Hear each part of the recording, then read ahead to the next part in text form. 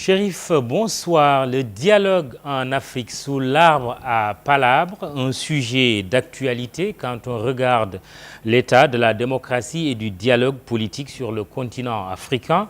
Pour parler de ce sujet, le président fondateur du CIRID, Centre indépendant de recherche et d'initiative pour le dialogue basé à Genève en Suisse, Dewo Hakizimana, de nationalité burundaise, ancien enseignant, devenu journaliste et diplomate de formation et de métier, ancien candidat à l'élection présidentielle dans son pays. Bonsoir, monsieur Hakizimana. Bonsoir. Hakizimana, c'est bien. Hakizimana, c'est voilà. Dieu qui sort. J'ajoute à cette présentation l'écrivain, dramaturge et compositeur que vous êtes, un parcours atypique, n'est-ce pas? Très atypique, qui m'a formé. Le tout a concouru à ce que je suis maintenant. Alors, vous présidez aux destinées du CIRID, comme je l'ai dit. Vous avez lancé le prix Macky Sall pour le dialogue en Afrique. Mais avant d'en parler, la situation en Gambie, vous avez suivi les événements presque en direct à partir de Dakar. Que vous inspire comme réflexion cette situation en Gambie? Alors, c'est vrai, j'ai passé la situation en direct et j'ai éprouvé beaucoup de plaisir à être sur le terrain en ce moment-là parce qu'il y a eu 3 éléments sur lesquels j'aurais souhaité revenir maintenant. C'est que d'abord, premièrement, nous avons constaté le rôle d'avant-garde qu'un pays voisin dans notre pays peut jouer durant des heures critiques. C'est le rôle joué par le Sénégal, c'est le rôle joué par le président de la République du Sénégal, M. Macky Sall, c'est le rôle joué par différentes institutions autour du Sénégal, par exemple, l'ambassade de la Gambie dans laquelle s'est déroulée l'investiture du président Barrow. Oui. Le deuxième élément qui m'a frappé, qui m'a documenté, c'est la détermination de la CEDEAO en tant qu'institution régionale d'intégration en Afrique, qui est le bras droit en Afrique de l'Ouest de l'Union africaine. La CEDEAO vient d'administrer une leçon magistrale montrant que finalement l'Afrique a des ressources endogènes qui, quand elles agissent, portent des fruits. C'est ce que nous venons de voir en Zambie, parce que sans la détermination de la CEDEAO, je crois qu'il y a des solutions diplomatiques qui n'auraient pas pu prendre place comme on l'a vu. Oui. Alors, troisièmement, il y a aussi les démarches, les interventions de dernière minute qui montrent qu'en Afrique, on a des ressources héritées de nos ancêtres qui aimaient la paix, qui prônaient la fraternité.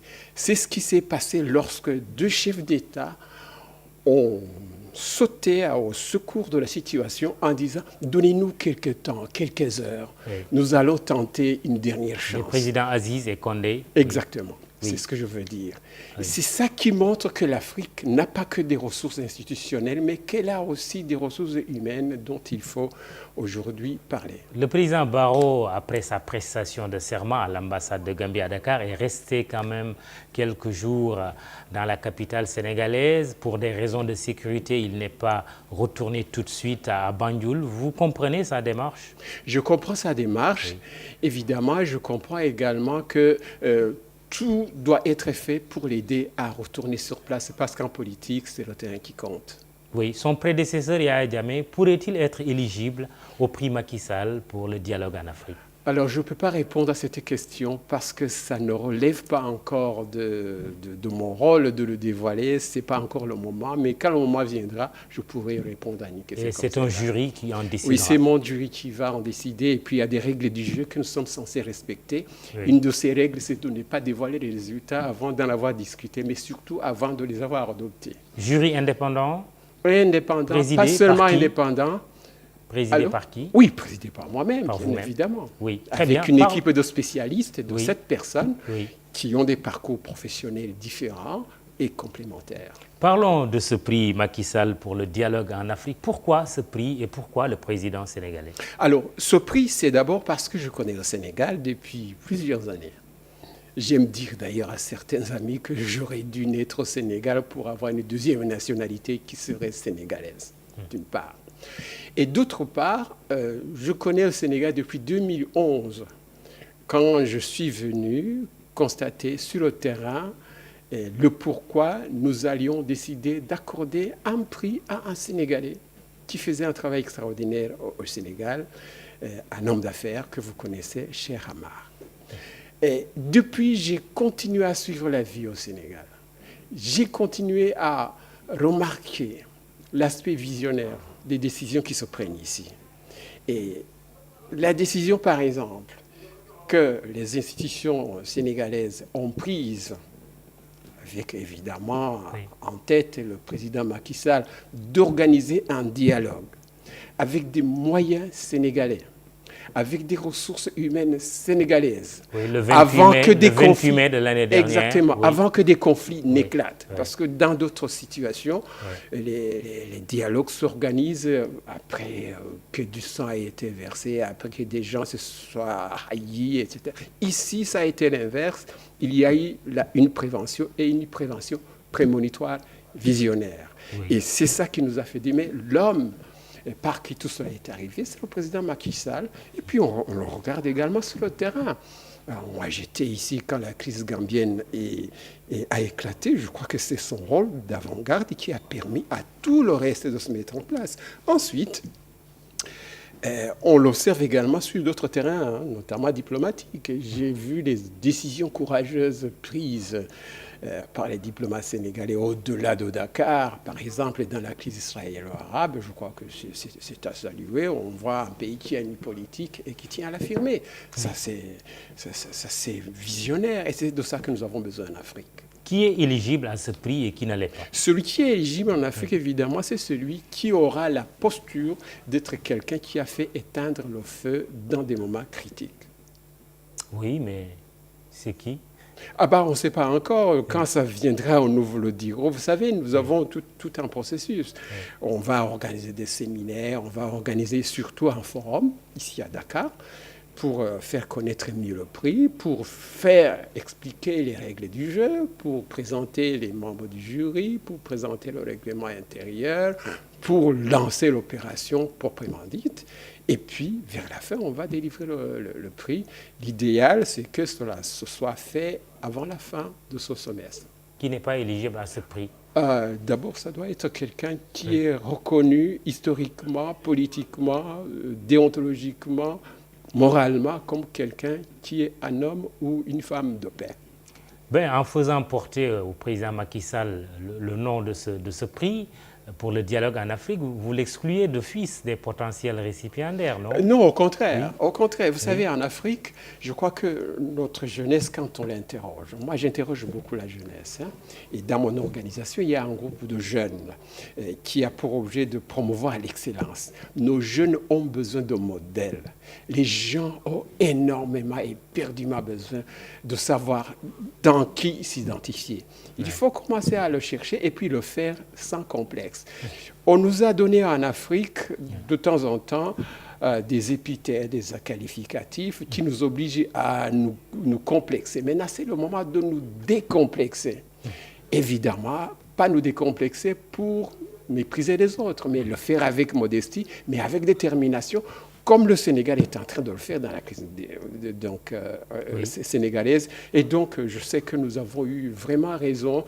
La situation de l'actualité est en train de nous le confirmer, de choisir le nom de Macky Sall pour porter ce modèle, pour porter ce flambeau. Le reste, l'avenir le dira.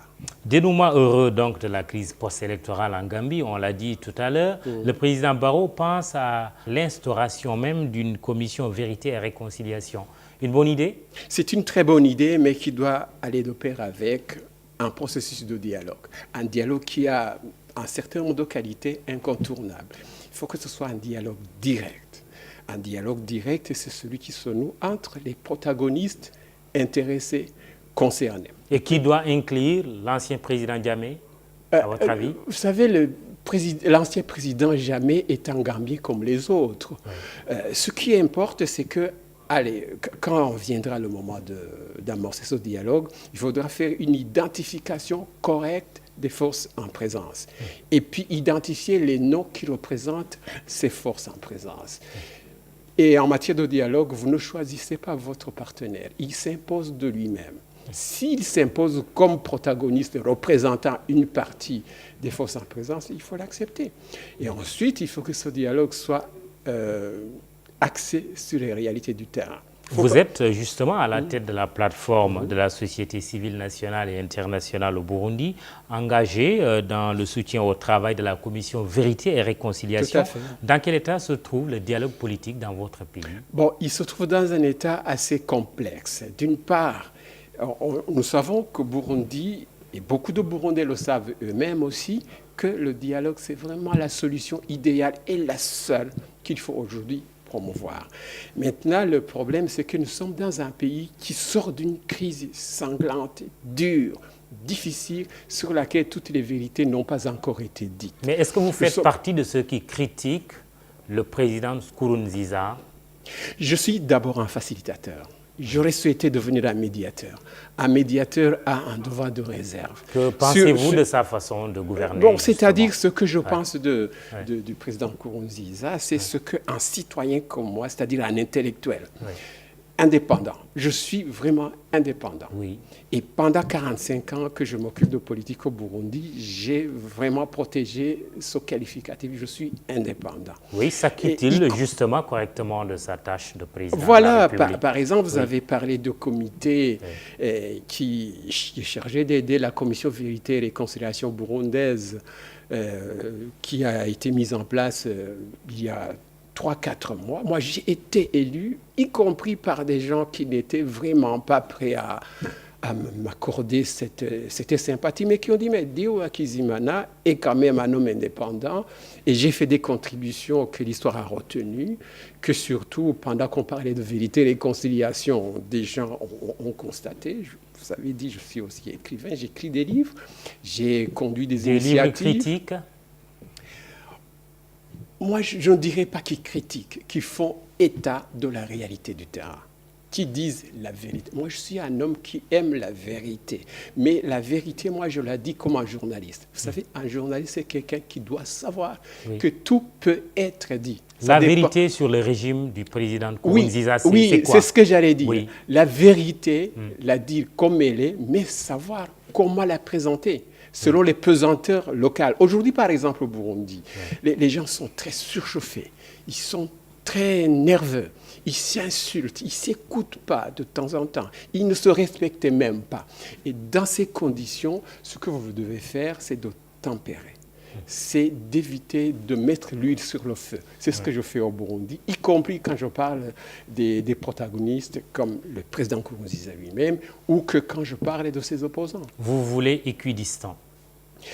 Je me veux au centre, mais je ne veux pas me positionner comme quelqu'un qui cautionne à mal. Non. Dans ma vie, ça fait 45 ans, ceux qui me connaissent savent que ce qui m'intéresse aujourd'hui, c'est la vérité, mais la vérité qui fait gagner. Dans cette Afrique centrale, il y a la République démocratique du Congo, dialogue politique justement sous l'égide du clergé catholique. Le président Kabila va rester pour un an en attendant l'organisation d'une élection présidentielle qui lui interdirait de se représenter. Que pensez-vous de ce dialogue en RDC?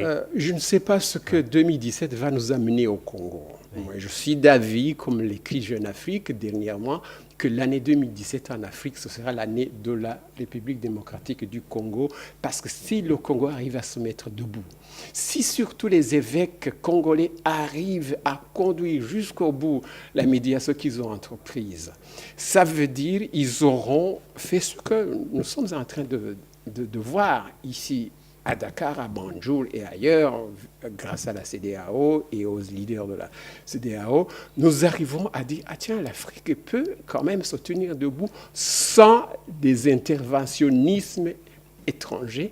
Et puis, que ça soit fait par l'Église catholique, qui est au Congo un État dans un État. Oui. Et si l'Église catholique a eu la confiance de tous les acteurs congolais, je crois que la seule chose qu'il faut faire, et qu'il faut faire rapidement, c'est de continuer à soutenir le travail de la conférence des évêques congolais. Et votre prix n'est pas réservé qu'aux politiques?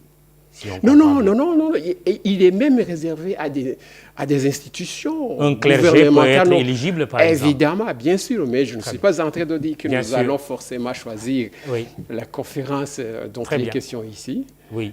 Mais why not? Pourquoi pas? On est au terme de cet entretien. Deo Akizimana a reçu, pour rappel, en 2014, le prix PHF, Paul Harris Fellow, une distinction honorifique créée en mémoire de Paul Harris et attribuée aux individus qui contribuent à un monde meilleur. Vous étiez venu pour nous parler du prix Macky Sall pour le dialogue en Afrique. Vous êtes le président fondateur du CIRID. C'est tout pour ce soir. Demain, rendez-vous avec Antoine Diouf. Excellente soirée.